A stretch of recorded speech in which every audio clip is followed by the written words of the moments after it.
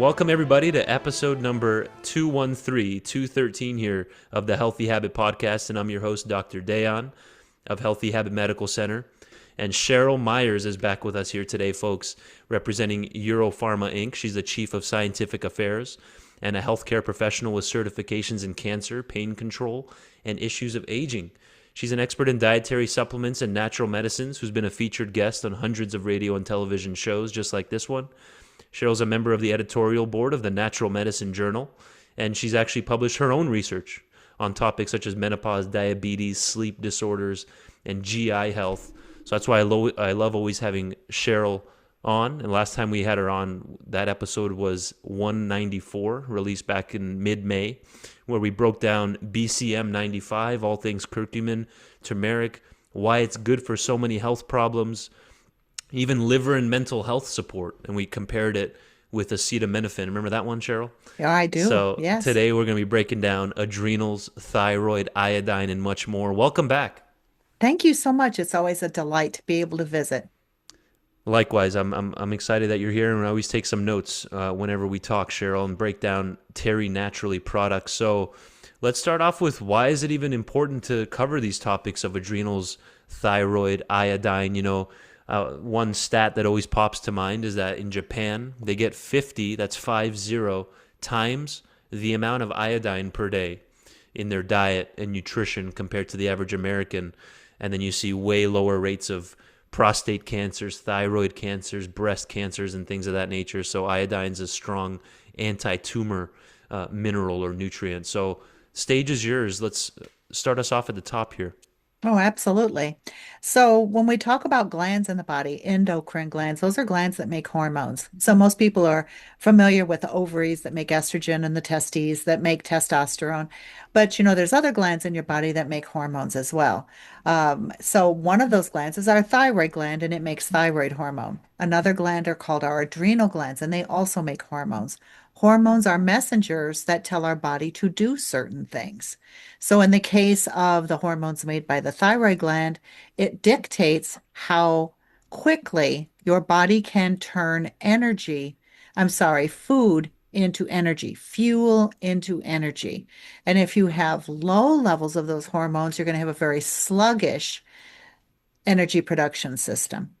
The adrenal glands are more involved in emergency energy. So when I'm talking to patients, when I'm talking to consumers, I say the thyroid gland is like the marathon runner. It has to work every second of every day of your life because it dictates how your body produces energy, not just to go disco dancing or rollerblading. It dictates the energy production for those bone cells to knit, for your heart to pump, for your brain to fire.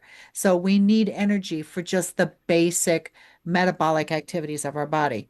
The adrenal gland is like the sprinter. It's not a marathoner. It's a sprinter. It leaps into action when you are in danger, and it produces hormones that give you emergency energy. So, as I often say, if you are walking home from work and somebody called in sick and you had to work a double shift and you are dead on your feet, tired, Yeah. tired, tired, you go to your house and you think, I'm just going to fall down in the bed and go to sleep. I'm not even changing clothes. And a tiger jumps out of the bushes. I Mm. 100% guarantee you will not be too sleepy to run away. You are going to be wide awake. Your hair's going to stand on end.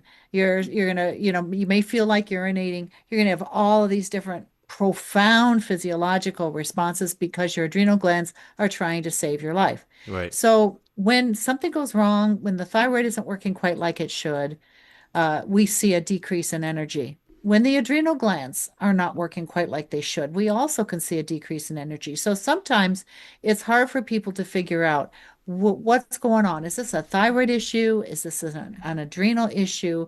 And how do I make wise decisions on how to go from suboptimal function of these glands to truly superb function of these glands? That's a great intro right there. And that's, you nailed it on the head. There's a lot of overlap with symptoms when it comes to hormones, thyroid hormones, adrenal hormones, even like the estrogens, progesterones, testosterones. Like Mm-hmm. fatigue is across the board on all those. You can be tired. There's definitely overlap there. So, and they work together, the thyroid and the Mhm. adrenals, They right? do. They do. All the glands of our body work together. I Exactly. often tell people they're just like teenagers on smartphones, you know? They are texting and they are touching each other constantly. What happens in one is immediately communicated to 27 other different Right, right, locations. right. So, but yes, it's very important, the connection between the adrenal glands and the thyroid glands. So as I said, when you see low thyroid, there are some differences. With low thyroid, um, you often see hair loss, the loss of the outer third of the eyebrow. I call that Mr. Spock syndrome, just like Mr. Right. Spock in Star Trek. The eyebrow goes up, it does not come back down again.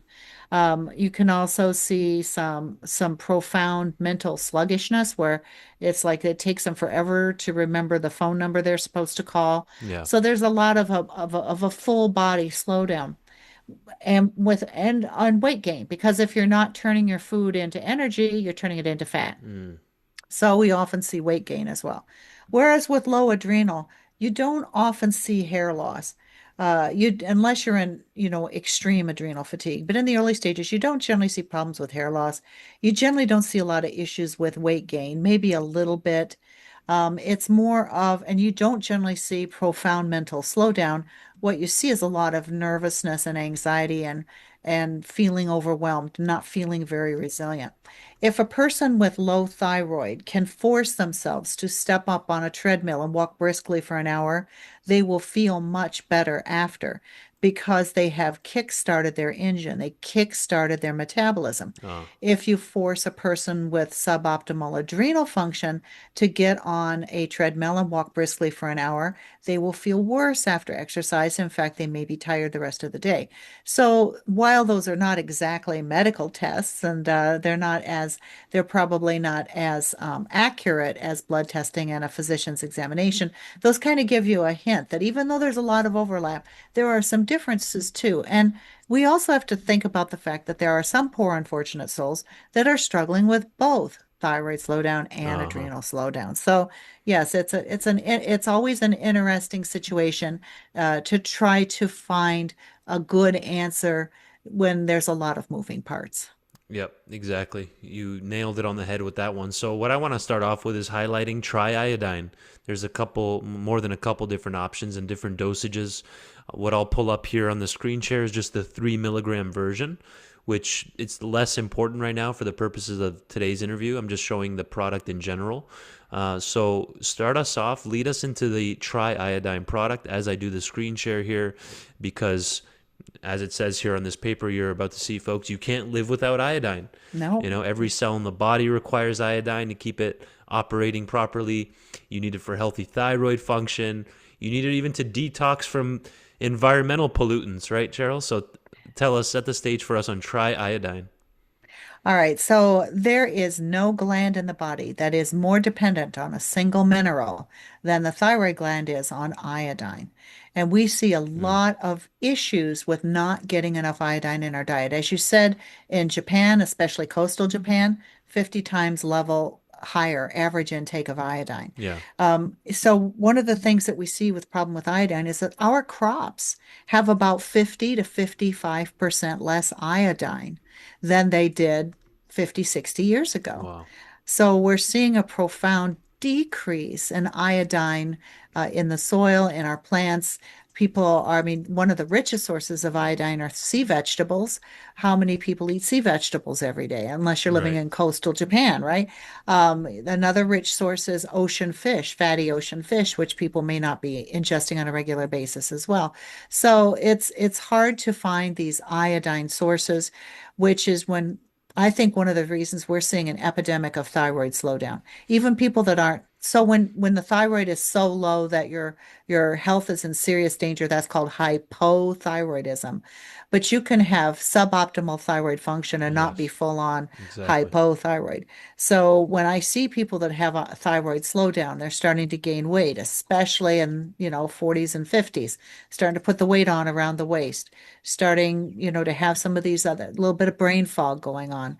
You have to look at iodine, you have to look at thyroid function. Now, in our tri-iodine products, because we're talking about thyroid and adrenal today, but your body does use iodine for other things as well. Your body uses iodine to protect breast and prostate and uterine and ovarian tissue from the adverse impact of certain kinds of hormones. Uh-huh. It kind of acts as a bit of a buffer. So, for example, women who have very low levels of iodine in the body that have, estrogen receptor positive breast cancer, you generally fare worse than people who have higher levels of iodine in the body who have estrogen receptor, um, you know, uh, breast cancer because of the buffering effects of the iodine. So every single cell in your body has a docking station for iodine. I describe it to patients as a Uh-huh. chair that is made exactly to fit iodine. Iodine fits in it perfectly, but iodine has some cousins that are a bit of look-alike, and they're Mm. all troublemakers. We've got your chlorides, bromides, chlorines, bromines, astatines, fluoride, fluorines. All of these are carcinogenic, toxic compounds, but they look like iodine. Uh, And we come into contact with them all the time. So what do? They squeeze into those chairs. If they're squeezed in, if you've got a chlorine molecule squeezed into iodine's chair, iodine has trouble getting in there. So right. that's why when we're talking about iodine, there are times when you can, use triiodine for thyroid issues, although there's another product we have called Thyroid Care that Yeah. I think is a little bit better for thyroid, but that doesn't limit it. I've also seen people who are struggling with weight loss. They've been on some kind of a weight loss program. They've taken off 15, 20 pounds. Now they're totally on a plateau because, as you know, when you lose weight, your body thinks you're starving and it shuts down metabolism. It slows it down. Using iodine can help open up that window to help stimulate that metabolism to get your metabolism a little bit back more towards normal and to get you off the plateau.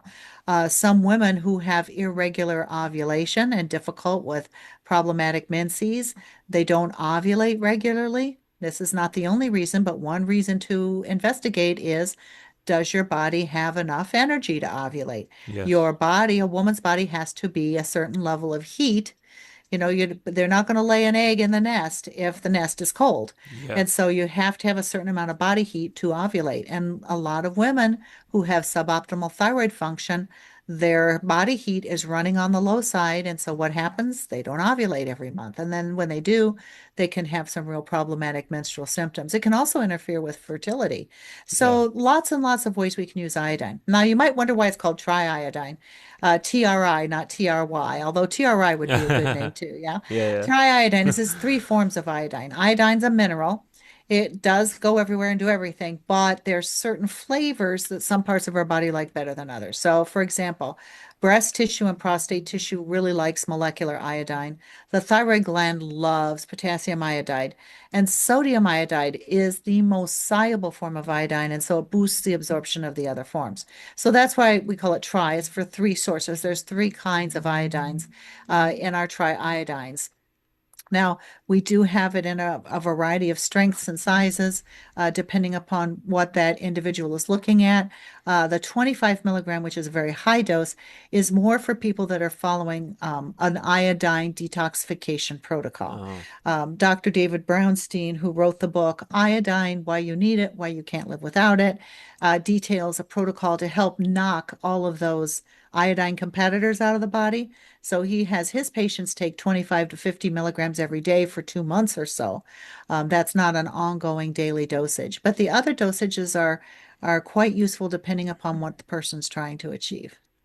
amazing breakdown there, Cheryl. Thank you for that. And I can take this in so many directions right now. So, like you said, okay, there's the 3, 6.5, 6.25, 12.5, and 25, four different dosages available. Hmm. Always work with your doctor on Yep. that part. The thing you just need to know is that they're all available through the triiodine line. Yeah. Tri, hence the name, is because there's three different types of iodine, as you just mentioned. One is from kelp. I've given a lot of kelp out to patients just to get their seaweed consumption up as a step one. You know what I mean? So Mhm. I'm really glad this formula actually sources one of their iodines from kelp. And I did want to pull up this periodic table picture here. Can you see this, by the way, Cheryl? Sure can. Okay. And remember, you were saying the bromines, the chlorines, fluorines, all that. If you Uh-huh. look here, folks, it's on the same side of the periodic table as iodine here. Fourth row down would be the iodine. And these three above it, they're very similar to iodine, like Cheryl was mentioning, but they don't have the same health benefits and, in fact, cause a lot of opposite issues that iodine does. And maybe you want to touch on like the problem with brominated flours that they do a lot, right? Do you have any thoughts on that? Well, absolutely. So bromides are just not healthy, period. In my opinion, there's no use for our bromides or bromines in our diet. They used to use iodine as a dough conditioner for commercial baked goods back in the 70s into the early 80s. Yeah. Then they switched to brominated flour. So not only was a source of iodine taken away, they introduced something that competes with iodine for chairs, for those docking stations on our cells. So brominated flours, so read your flour. I've become an obsessive label reader since I've worked in natural health, but there are flours out there that are not brominated, that don't have bromides added. Like King Arthur makes a good non-brominated flour. Uh-huh. That's the only thing I use if I'm baking.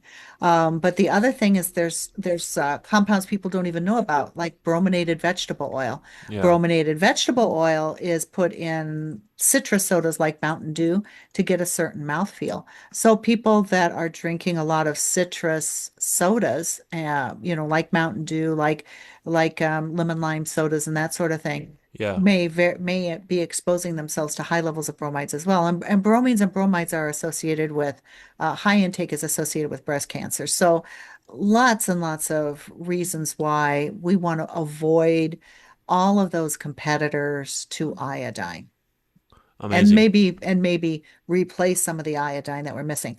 Now, we also have a product called Thyroid Care, which is Tri-Iodine plus an amino acid. So remember when I said your thyroid gland makes thyroid hormones? Well, it Right. has a recipe, and there's only two ingredients in that recipe: iodine and the amino acid L-tyrosine. These two together are what your thyroid gland uses to make thyroid hormone. So if somebody is dealing specifically with suboptimal thyroid, they would want to look at thyroid care because you're getting not just one, but both the ingredients so that it makes it easy peasy for your thyroid gland to make more thyroid hormone. Wow. And there's also a Thyroid Care Plus. I think that one adds the selenium. The Is that right? Thyroid Care Plus adds selenium because even though that mineral selenium is not required to make thyroid hormone, your thyroid gland makes thyroid hormone in the storage form. The majority is called T4, Yeah. and it releases that, and then your body turns it into T3 as needed, which is the active form. So that makes sense. Unless you're one of those poor souls that isn't very good at turning the storage form T4 into T3. And the mineral that is most important in that transition is selenium. So for individuals who on paper look like their thyroid gland is functioning just fine, but yet have all the symptoms of slow down, weight gain, sensitivity to cold, hair loss, it may well be that they're making thyroid hormone, but they can't use their thyroid hormone because they can't convert it very easily.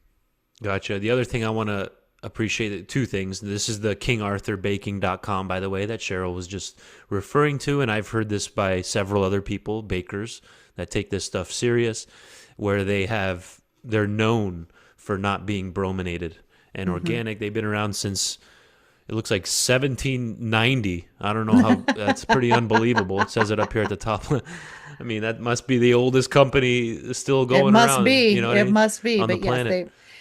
yes, I mean, and I actually do not work for King Arthur Flour, No, no, I know. but it's just one of those examples of it's just, you know what, it's not that hard to find. This is not like it's a specialty compound that you have to order through the mail and wait 4 weeks to get. No, I mean, Right. most grocery stores carry it.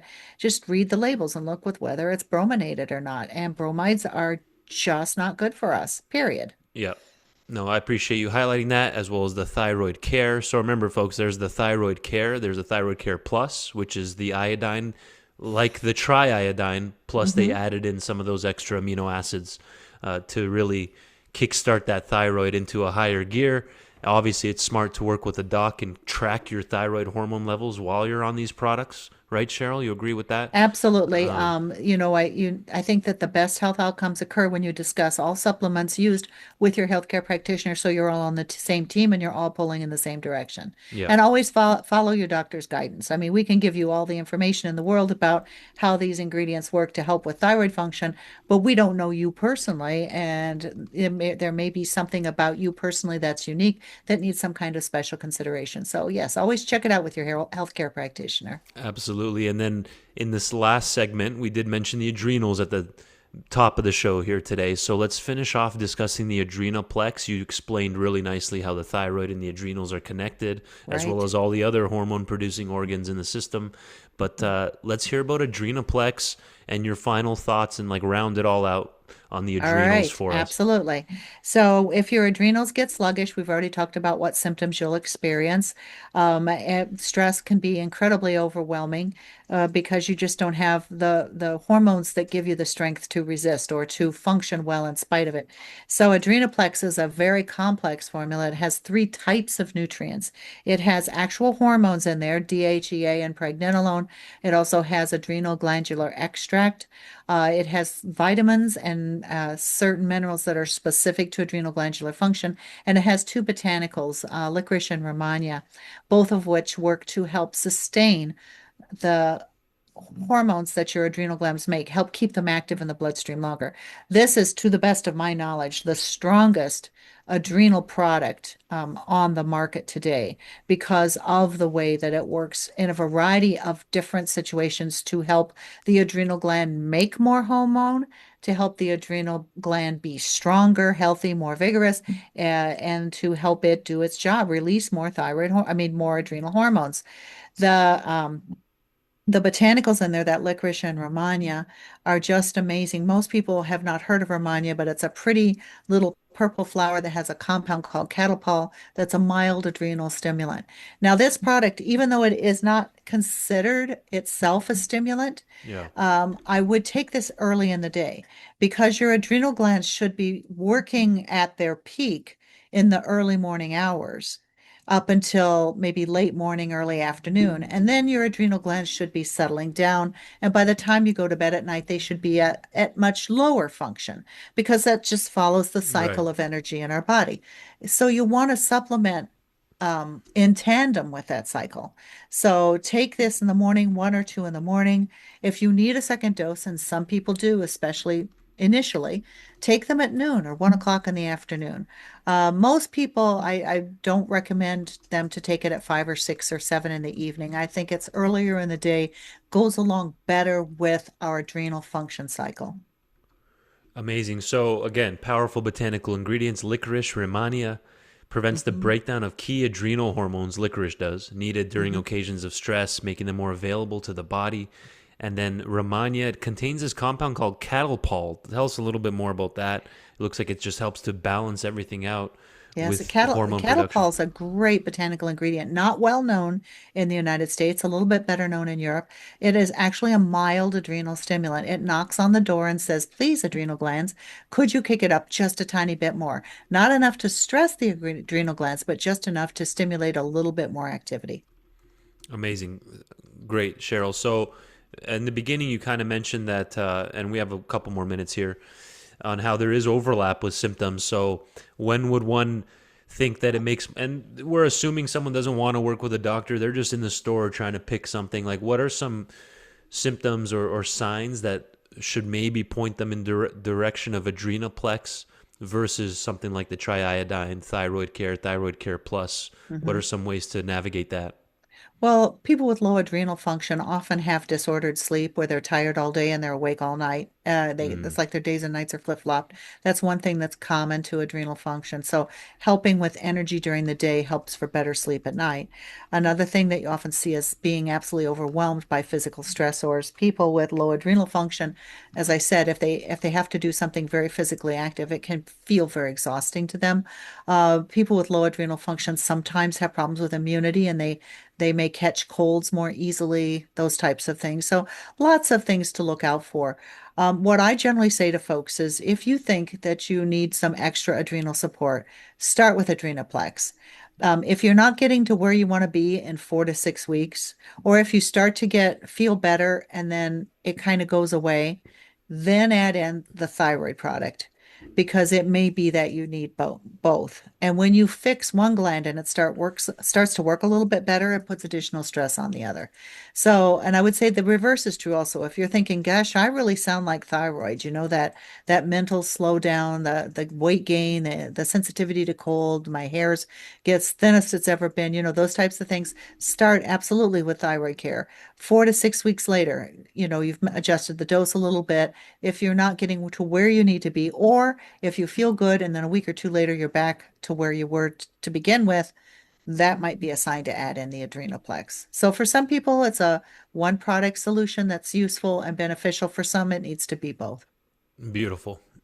Beautiful. Thank you so much, Cheryl, for breaking that down. And I highly recommend everybody get your DHEA blood test, pregnenolone, of course, the other hormones, testosterone, estrogen, progesterone, get a full thyroid panel. Before starting a product, it wouldn't be a bad idea. If you want to just see what exact effect this has on your blood levels, and then take it for a month or two, and then do a post test of those hormones, a before and after.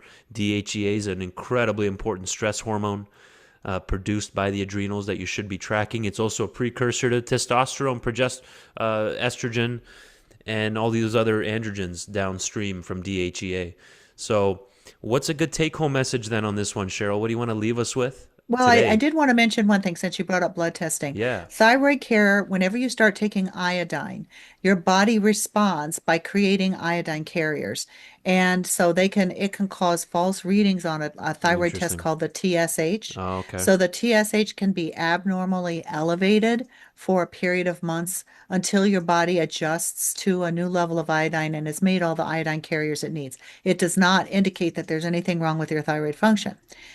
Therefore, I always tell people that if you get thyroid blood testing, get the T3 and T4 levels because it does not change those. But temporarily, when you introduce iodine into your system and you haven't taken it before, it can cause some false positives. So just be aware of that. That's important. And then if that TSH ends up getting off the charts high, that could be misinterpreted as, oh, this person's clinically hypothyroid, Right. right? So, and that actually reminds me of the other really important thing you mentioned at the beginning, that a lot of people are walking around subclinical Yeah. hypothyroid, where everything's in the range technically, but it's on the lower half of the range when it comes to the T3, T4, but the TSH is on the upper half. Even if everything's in range, you could still be having these symptoms of, Absolutely. so, Absolutely. and that's a great place to leave it there. TerryNaturally.com, folks. I'll also leave the link below for EuroPharma Inc., their parent company, sort of, if you will. And then you can even join Terry's newsletter, Terry Talks Nutrition. He has his own radio show as well, and much more. So, Cheryl, always appreciate your time. Thank you. Thank you.